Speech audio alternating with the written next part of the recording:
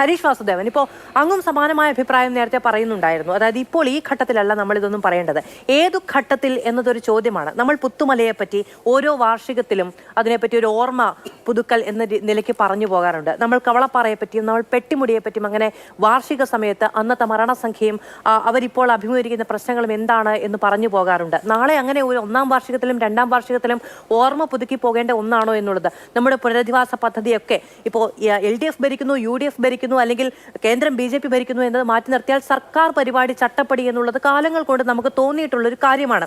അത് ഇത്തവണ അങ്ങനെ ആകരുത് എന്ന് തന്നെയാണ് നമ്മുടെ പ്രതീക്ഷയും. അതിലേക്കൊന്നും പോകേണ്ടതില്ല. എന്നിരുന്നാലും എപ്പോഴാണ് നമ്മളിതൊക്കെ ചർച്ച ചെയ്യുക എന്നാണ് ശങ്കു ചോദിക്കുന്നത്.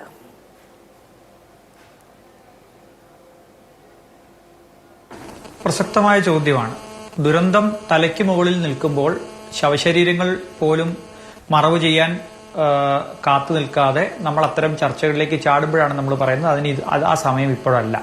പക്ഷെ ആ ഘട്ടം കഴിഞ്ഞു. ആളുകൾ ഇപ്പോൾ ഒരു ദുരന്തത്തെ അഭിമുഖീകരിച്ച് അതിന്റെ ഞെട്ടലിൽ നിന്ന് മാറാതെ നിൽക്കുന്നു. പക്ഷെ നമ്മൾ പുനരധിവാസത്തെപ്പറ്റി ചർച്ച ചെയ്യാൻ തുടങ്ങുന്നു. ഞാൻ വിചാരിക്കുന്നത് ഈ ഘട്ടത്തിൽ ഇത്തരം ചർച്ചകൾ കൂടി കൊണ്ടുവരേണ്ടതാണ്. അതുകൊണ്ടാണ് ബഹുമാനപ്പെട്ട കേരള ഹൈക്കോടതി ഈ വിഷയത്തിൽ ഏതാണ്ട് തെരച്ചിലുകൾ അവസാനിക്കുന്നതുവരെ കാത്തു നിൽക്കുകയും ഒരുപാട് പേര് എന്നെ വ്യക്തിപരമായി വിളിച്ചു ചോദിച്ചു, മാധ്യമപ്രവർത്തകർ ഉൾപ്പെടെ ചോദിച്ചു, എന്തുകൊണ്ടാണ് സുവമോട്ടോ ഹൈക്കോടതി കേസെടുക്കാത്തത്. അപ്പൊ ഞാൻ പറഞ്ഞു തീർച്ചയായിട്ടും അതിനുള്ള ഒരു ഘട്ടം ഇതല്ല എന്ന് അവർക്ക് ബോധ്യമുള്ളത് കൊണ്ടാണെന്ന് തോന്നി.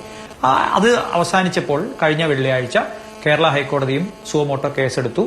കേരള ഹൈക്കോടതി ഗവൺമെന്റിനോട് പറഞ്ഞത് എന്താണ്, നമ്മുടെ പോളിസികളിൽ നമ്മൾ ഈ നിയമങ്ങൾ ഉണ്ടാക്കിയ കാലത്തും ഈ പോളിസികൾ ഉണ്ടാക്കിയ കാലത്തും നമുക്ക് പരിചയമുള്ള രീതിയിലുള്ള പ്രതിഫലനമല്ല പ്രകൃതിയുടെ ഭാഗത്തുനിന്ന് ഉണ്ടാവുന്നത്. അപ്പൊ പല ഡോക്യുമെന്റുകളും പല റിസർച്ച് പേപ്പറുകളും നമ്മുടെ അലമാരകളിൽ ഉറങ്ങുകയാണ്, അല്ലെങ്കിൽ നമ്മുടെ മേശയുടെ ഫയലിൽ ഉറങ്ങുകയാണ്. കാരണം ആ സമയത്തൊക്കെ നമ്മൾ വിചാരിച്ചു ഇതൊക്കെ വെറുതെ എഴുതി വെച്ചതാണ്, ഇതിലൊന്നും വലിയ കാര്യമില്ല. അങ്ങനെ മാറ്റിവെച്ച പഠനങ്ങൾ നമ്മളിപ്പോൾ എടുക്കണം, പൊടി തട്ടിയെടുക്കണം. കാരണം ലാൻഡ് എങ്ങനെയാണ് കേരളത്തിൽ യൂസ് ചെയ്യുന്നത് എന്നതിനെ സംബന്ധിച്ച് കൃത്യമായ ഒരു പ്ലാനിംഗ് ഇല്ലാതെ ഇനി മുമ്പോട്ട് പോകാൻ കഴിയില്ല. നമ്മുടെ ഗതാഗത നയം, നമ്മുടെ റോഡ് നിർമ്മാണ നയം, നമ്മുടെ ബിൽഡിംഗ് നിർമ്മാണ നയം, നമ്മുടെ ക്വാറികളുമായി ബന്ധപ്പെട്ട നിയമം, അതിനകത്തെ നയങ്ങൾ, ഇതെല്ലാം കൃത്യമായി പുതിയ കാല അനുഭവങ്ങളുടെ വെളിച്ചത്തിൽ പുനഃപരിശോധിക്കേണ്ടതുണ്ട്. അത് തുടങ്ങി വെക്കേണ്ട ഘട്ടം തന്നെയാണ് എന്നാണ് ബഹുമാനപ്പെട്ട ഹൈക്കോടതി പറഞ്ഞത്. ബഹുമാനപ്പെട്ട AG പറഞ്ഞു, ഞാൻ സർക്കാർ സംവിധാനങ്ങൾ ഉൾപ്പെടെ ഇപ്പോൾ വയനാട്ടിൽ ശ്രദ്ധ കേന്ദ്രീകരിച്ച് പ്രവർത്തിക്കുകയാണ്, അതുകൊണ്ട് കൂടുതൽ സമയം ആവശ്യപ്പെടും. അപ്പൊ സ്വാഭാവികമായിട്ടും ഹൈക്കോടതി പറഞ്ഞത് അങ്ങനെയല്ല, നമുക്കൊരു എങ്ങോട്ടാണ് നമ്മൾ പോകുന്നത് എന്നതിനെ സംബന്ധിച്ച് ഒരു കൃത്യമായ റൂട്ട് മാപ്പ് നമുക്ക് ആവശ്യമാണ്.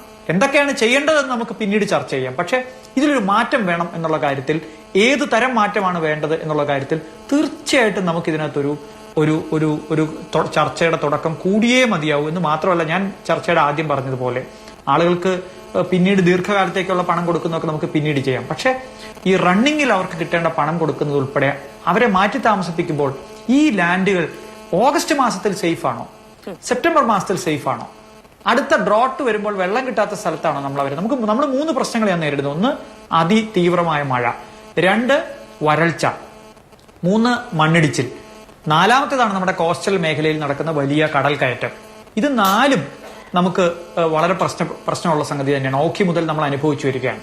അപ്പൊ ഇനി നാളെ ഈ ഒരു കടൽ കയറ്റം ഉണ്ടാകുമ്പോഴും നമ്മൾ ഇതേ ചർച്ച നടത്തും, അവിടെയും നമ്മൾ ദുരന്തത്തെ നേരിടും. അപ്പൊ ഈ ദുരന്തത്തിൽ നിന്നും ദുരന്തത്തിലേക്ക് ട്രാവൽ ചെയ്യുന്ന ഒരു ജനതയായി മലയാളി മാറുന്നു എന്നുള്ള ഒരു യാഥാർത്ഥ്യം തിരിച്ചറിഞ്ഞുകൊണ്ട് ഈ പ്രദേശത്തെ സെൻസിറ്റീവായ, അതുകൊണ്ടാണ് എനിക്ക് തോന്നുന്നത് നമ്മുടെ ഏറ്റവും പ്രാഥമികമായിട്ടുള്ള ഇപ്പൊ ഗവൺമെന്റ് മുന്നോട്ട് വെച്ച ആവശ്യങ്ങളിൽ ഏറ്റവും പ്രധാനപ്പെട്ട ആവശ്യമായിട്ട് എനിക്ക് തോന്നിയത് ലിഡാർ സർവേ നടത്തി ഈ വയനാട്ടിൽ അവശേഷിക്കുന്ന അല്ലെങ്കിൽ ഇടുക്കിയിൽ അവശേഷിക്കുന്ന മലനിരകളിൽ ഏതൊക്കെയാണ് സേഫ് എന്ന് കണ്ടുപിടിക്കണം.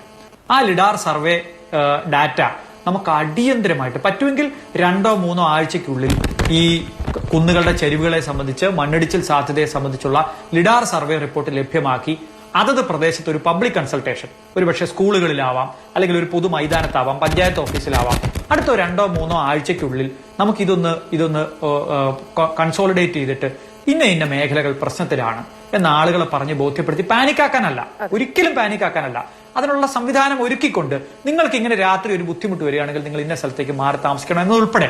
അതുപോലെ ഇപ്പൊ ഞാൻ പറയാം, നമ്മളെല്ലാവരും ലഘുവായിട്ട് കാണുന്ന ഒരു കാര്യമാണ് കിണർ കുഴിക്കുക എന്ന് പറയുന്നത്. സാധാരണ കിണർ കുഴിക്കുന്നതിന് പ്രത്യേകിച്ച് ബിൽഡിംഗ് റൂൾ 91 അനുസരിച്ച് ഒരു പെർമിറ്റ് എടുക്കണമെന്നതിനപ്പുറത്തേക്ക് ഒരു വലിയ നിയമപ്രശ്നങ്ങളൊന്നുമില്ല. പക്ഷേ ഈ ചരിഞ്ഞ പ്രദേശങ്ങളിൽ നിങ്ങൾ കിണർ കുത്തിയാൽ ഒരുപക്ഷെ ഒരു കിണർ മതിയാവും ഈ വെള്ളത്തെ താങ്ങി നിർത്താൻ കഴിയാതെ അത് താവോട്ട് കൊണ്ടുവരാനായിട്ട്, ഒരു പുഷിംഗ് എഫക്റ്റ് കൊടുക്കാനായിട്ട്. ശാസ്ത്ര റിപ്പോർട്ടുകൾ പറയുന്നതാണ്.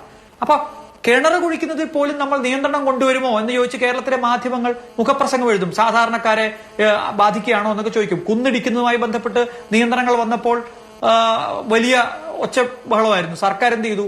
എല്ലാ കുന്നും ഇടിച്ചു കൊണ്ടുപോകാം എന്ന് നിയന്ത്രണം കൊണ്ടുവന്നു. ഒന്നുകിൽ ആശാന്റെ നെഞ്ചത്ത് അല്ലെങ്കിൽ കളരിക്ക് പുറത്ത് എന്ന രീതിയിലാണ് നമ്മുടെ നയങ്ങൾ പോകുന്നത്. അപ്പോൾ കേരളത്തിൽ ഇനി ഓരോ കുന്നും ഇടിക്കുന്നതിന് നിയന്ത്രണം കൊണ്ടുവരേണ്ടതുണ്ടെന്ന് ഹൈക്കോടതി പറയുകയും കംപ്ലീറ്റ് ബാൻ ഇപ്പോൾ സർക്കാർ പ്രഖ്യാപിച്ചിരിക്കുകയാണ്. നമുക്ക് ഈ കംപ്ലീറ്റ് ബാനിന് അപ്പുറത്ത് ഏരിയാസ് ഐഡന്റിഫൈ ചെയ്ത് ഈ land slide prawn areas mark ചെയ്ത് ആളുകളെ ബോധ്യപ്പെടുത്തേണ്ടതുണ്ട്. ഒപ്പം ഒരു കാര്യം കൂടി മാധു, നമ്മുടെ ജില്ലാ കളക്ടർമാർക്ക് നമ്മുടെ കേരളത്തിലെ എല്ലാ പ്രധാനപ്പെട്ട ഇൻഷുറൻസ് കമ്പനികളുടെയും ഒരു മീറ്റിംഗ് വിളിച്ചു ചേർത്തിട്ട് ഏതൊക്കെ പ്രദേശത്താണ് ഇപ്പോൾ ദുരന്ത സാധ്യതാ പ്രദേശമായി ഓൾറെഡി ഐഡന്റിഫൈ ചെയ്തിരിക്കുന്നത് അവിടുത്തെ ആളുകൾക്ക് അടിയന്തരമായിട്ട് ഒരു ഇൻഷുറൻസ് പരിരക്ഷ ഏർപ്പെടുത്താനുള്ള നടപടി ചെയ്യാം. നാഷണൽ ഇൻഷുറൻസുമായി ബന്ധപ്പെട്ട ഒരു ആക്ട് തന്നെ നമുക്ക് നിലവിലുണ്ട്. കളക്ടർക്ക് അതിന് ചില അധികാരങ്ങൾ കൊടുത്തിട്ടുണ്ട്. പബ്ലിക് ലയബിലിറ്റി ഇൻഷുറൻസ് ആക്ട് ആണ്. ഈ പബ്ലിക് ലയബിലിറ്റി ഇൻഷുറൻസ് ആക്ടിന്റെ പ്രൊവിഷൻസ് പക്ഷേ ഇപ്പോൾ ചില രാസപദാർത്ഥങ്ങൾക്ക് മാത്രമായിട്ടാണ്, അത്തരം ദുരന്തങ്ങൾക്ക് മാത്രമായിട്ടാണ് പരിമിതപ്പെട്ടിരിക്കുന്നത്. അതൊന്ന് ഭേദഗതി ചെയ്താൽ നമുക്ക് ഇപ്പോഴുള്ള ദുരന്ത സാധ്യത മേഖലകളിൽ, അത് തീരദേശത്താവാം മലയോരത്താവാം, അവർക്കൊരു ചുരുങ്ങിയ ചെലവിൽ ബൾക്കായിട്ടുള്ള ആളുകളെ ഇൻട്രൊഡ്യൂസ് ചെയ്യുമ്പോൾ സ്വാഭാവികമായിട്ടും കമ്പനികൾക്ക് അവരുടെ കോസ്റ്റ് കുറയ്ക്കാൻ പറ്റും. ചുരുങ്ങിയ ചെലവിൽ അടിയന്തരമായിട്ട് ഒരു ഇൻഷുറൻസ് പരിരക്ഷ ഏർപ്പെടുത്തിയാൽ തന്നെ ഒരു സാന്ത്വനം, ഒരു ഫിയറിൽ നിന്നുള്ള ഒരു പ്രൊട്ടക്ഷൻ, ഒരു മാനസിക സമാധാനം ആളുകൾക്ക് കൊടുക്കാൻ പറ്റുമെന്നാണ്.